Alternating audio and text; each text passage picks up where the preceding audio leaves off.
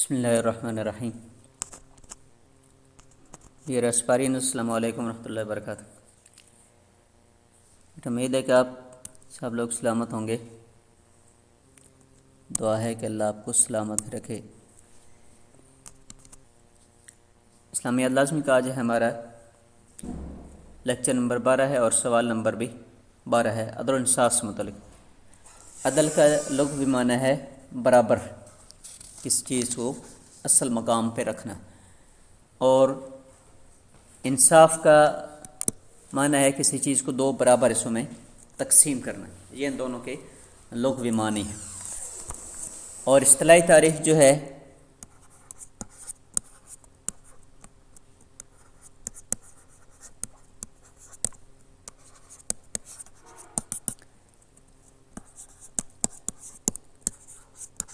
سب سے پہلے آپ کو عنوان ہوگا عدل کا لغوی معنی، اور اس کے بعد انصاف کا لغوی معنی۔ نیکسٹ جو آپ نے عدل و انصاف کی اصطلاحی تعریف کرنی اکٹھی۔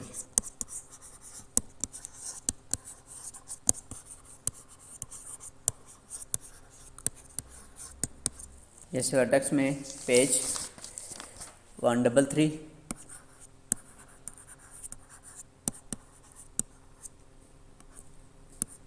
اور 134 پر اس کے لغوی معنی لکھے ہیں، عدل کا لغوی معنی اور انصاف کا۔ اصطلاحی تعریف آپ نے خود لکھنی ہوگی اس طرح: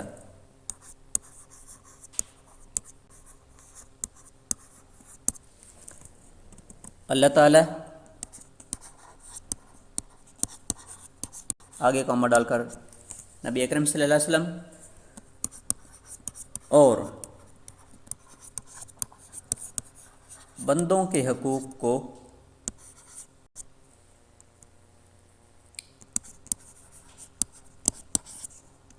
اعتدال کے ساتھ پورا کرنے کو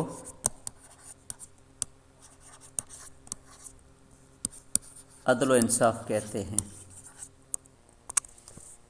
اللہ کے حقوق، نبی کریم صلی اللہ علیہ وسلم اور بندوں کے حقوق کو اعتدال کے ساتھ ادا کرنے کو عدل و انصاف کہتے ہیں۔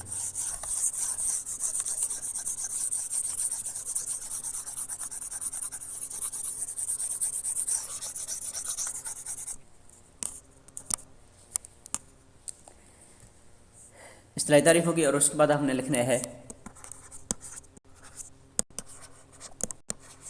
عدل و انصاف قرآن کی روشنی میں۔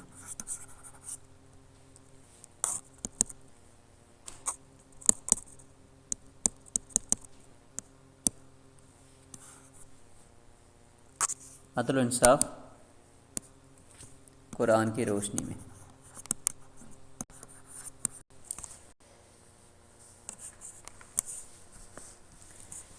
آیت نمبر 1 ہے، عدل کا حکم ہے۔ ان اللہ یأمر بالعدل والاحسان، سورۃ النحل کی آیت نمبر 90 ہے۔ اللہ تعالیٰ حکم دیتے ہیں کہ تم عدل و انصاف کرو، اور اس میں آپ نے تینوں ہی پہلو ذہن میں رکھنے ہیں کہ اللہ کے ساتھ عدل یعنی اللہ کے دین کے مطابق، اور نبی اکرم صلی اللہ علیہ وسلم مراد نبی اکرم صلی اللہ علیہ وسلم کی سنت کے مطابق، اور آپس کے جو حقوق ہیں وہ بھی اعتدال کے ساتھ پورے کرنے ہیں۔ اس پہ ہم نے انشاءاللہ تفصیلی گفتگو لانگ کوسچن جو لاسٹ چیپٹر کا لاسٹ لانگ کوسچن اس میں بھی کریں گے۔ تو بہرحال ہر قسم کے جو حقوق ہیں وہ اعتدال کے ساتھ پورے کرنے ہیں۔ اور اس میں اگر اسلامی پہلو سے دیکھا جائے تو جو اسلام کی 5 تعلیمات ہیں،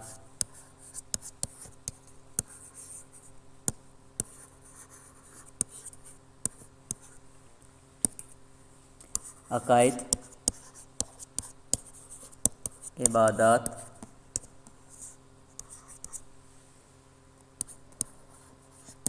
معاشرت، اخلاقیات، معاملات، یہ سب مکمل ہوتے ہیں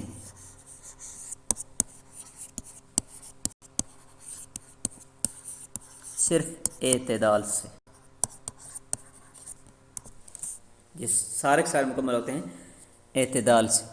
تو اللہ تعالیٰ نے بھی عقائد عبادت معاملات تمام کو اعتدال سے پورا کرنے کا حکم دیا ہے، اور اس کے علاوہ زندگی کا جو پہلو ہے اس میں بھی اعتدال اختیار کرنے سے ہی انسان کامیاب ہوتا ہے۔ اعتدال کو چھوڑیں گے تو وہ ناکامی ہوگی۔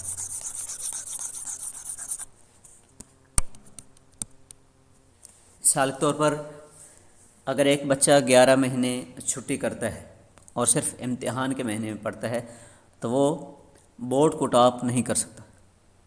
اس طریقے سے اگر ایک بچہ یا کوئی مسلمان ساری رات نوافل پڑھتا ہے، صبح نماز کی ٹائم پہ فجر کا جو فرض ادا کرنے وقت ہے اس وقت اگر سو جاتا ہے تو وہ کبھی بھی اس کو یہ نہیں ہوگا کہ اب اس نے ساری رات نافل پڑھیں تو اب اس کو فجر کی نماز معاف ہے، یہ نہیں ہوگا۔ تو ہر کام اعتدال کے ساتھ کرنا ضروری ہے۔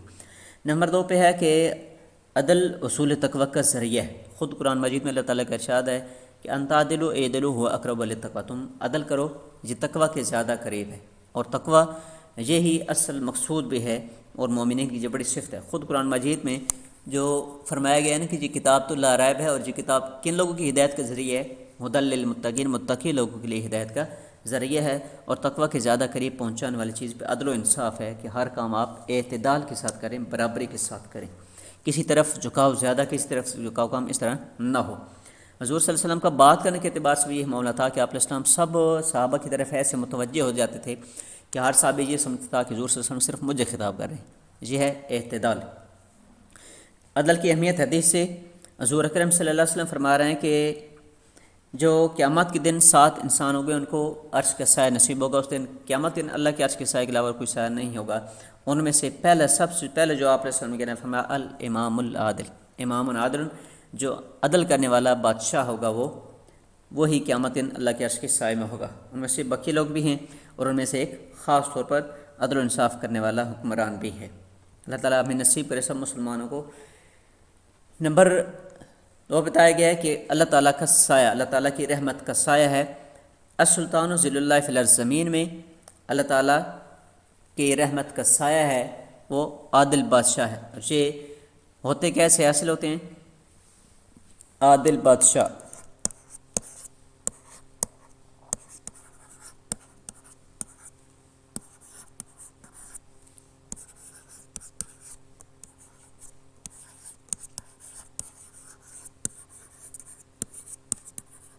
عادل بادشاہ عادل عوام کو حاصل ہوتے ہیں۔ اگر عوام خود ہی دھوکے باز ہو تو اس کے آنے والے جو بادشاہ ہوں گے وہ بھی دھوکے باز ہی ہوں گے۔ تو اس لیے عوام کے لیے ضروری ہے کہ عوام خود اپنے آپ کو سدھارے۔ تو ان اعمال کی برکت سے، چونکہ عوام کے اندر سے ایک بندہ بادشاہ ہوتا ہے نا، تو جب عوام خود سدھر جائے گی تو ان کے اندر سے جو آنے والا بادشاہ ہوگا وہ بھی ضرور عادل ہی ہوگا۔ تو اس لیے اپنے اعمال کی اصلاح کرنا زیادہ ضروری ہے، اور اس بنیاد پر پھر پورے ملک کے اندر ایک نظام قائم ہوگا اور پھر ہر طرف عدل و انصاف ہی قائم ہوگا، اور ایسا پھر بادشاہ ایسے عوام کے اندر سے جو منتخب ہوگا وہ اللہ کی رحمت کا سایہ ہوگا۔ حضور اکرم صلی اللہ علیہ وسلم کی زندگی سے مثالیں یہاں پر جو لکھا ہے، ایک واقعہ لکھا ہے قبیلہ بنی مخزوم، آپ لفظ انڈرلائن کریں، بنی مخزوم،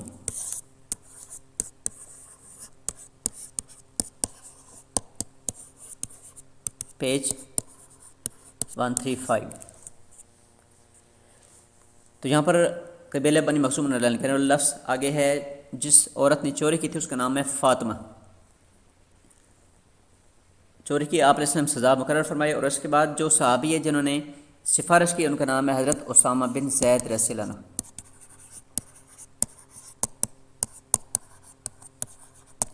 یہ بھی لفظ اللہ نہیں کریں، قبیلہ بنی مخزوم، فاطمہ، اسامہ بن زید، یہ 3 نام لین کریں۔ آگے ہے کہ حضور صلی اللہ علیہ وسلم فرما رہے ہیں کہ جو لوگ پہلی قوم میں تباہ ہوئی ہیں ان میں سے کیا عادت تھی؟ چھوٹوں کو سزا دینا، بڑوں کو چھوڑ دینا۔ یہ لفظ اعلان کریں، چھوٹوں کو سزا اور بڑوں کو چھوڑ دینا۔ صحیح بخاری کا حدیث کہ اگر میری بیٹی فاطمہ الزہرا بھی اگر چوری کرتی میں ان کا بھی ہاتھ کاٹتا۔ اسے عدل ہے۔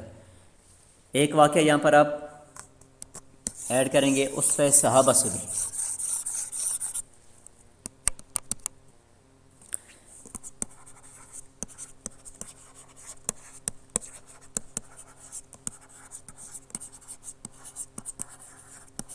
اس سے صحابہ سے عدل کا واقعہ، حضرت علی المرتضیٰ رضی اللہ عنہ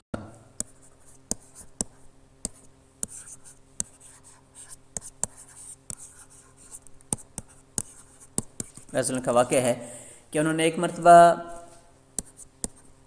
زرہ خریدی.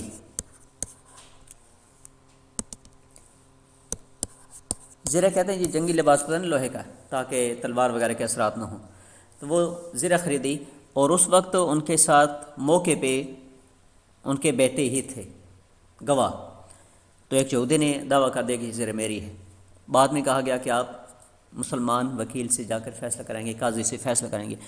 وہاں پر جب گیا تو قاضی نے پوچھا کہ زرہ جب آپ نے خریدی تھی تو اس وقت کی کوئی عینی گواہ جنہوں نے آنکھوں سے دو دیکھا ہو؟ تو حضرت علی نے فرمایا کہ اس وقت تو اتفاقی طور پر ایک ہی گواہ ہے، میرے بیٹے حضرت علی رضی اللہ عنہ. تو قاضی نے کہا کہ اے علی المرتضیٰ رضی اللہ تعالیٰ عنہ، آپ کو تو معلوم ہی ہے کہ بیٹی کی گواہی باپ کے حق میں قبول نہیں ہوتی، اور عادل گواہ بھی دو ہونے چاہیے. تو اس لیے بظاہر گواہ نہ ہونے کی وجہ سے یہ زرہ اس کے حق میں فیصلہ جائے گا یہودی کے حق میں. تو بعد میں جب یہودی نے مسلمانوں کے اس فیصلے کو اور اسلام کے اس رویے کو، عدل و انصاف کو دیکھا تو وہ متاثر ہو گیا، اور اس نے کہا کہ یہ واقعہ زرہ حضرت علی رضی اللہ عنہ کی ہی ہے. میں نے تو ویسے ہی دعویٰ کر دیا تھا، لیکن اب میں اسلام کے حقانیت سے متاثر ہوں، میں زرہ نہیں لیتا. تو پھر حضرت علی رضی اللہ عنہ نے فرمایا کہ پہلے آپ ہمارے دشمن تھے، اب تو ہمارے مسلمان بھائی بن چکے، اس لیے ہم آپ کو یہ زرہ تحفے میں دیتے ہیں. تو وہ زرہ ان کو تحفے میں دے دی گئی. تو اس سے معلوم ہوتا ہے کہ عدل و انصاف انسان کو دنیا میں بھی عزت دیتا ہے اور آخرت میں عزت دیتا ہے. دعا ہے کہ اللہ تعالی ہمیں اسلام کی تمام تعلیمات، اللہ کے حقوق، نبی علیہ السلام کے حقوق، بندوں کے حقوق اعتدال کے ساتھ پورے کرنے کی توفیق عطا فرمائے. نیکسٹ لیکچر تک کے لیے انشاءاللہ پھر ملاقات ہوگی. اللہ حافظ.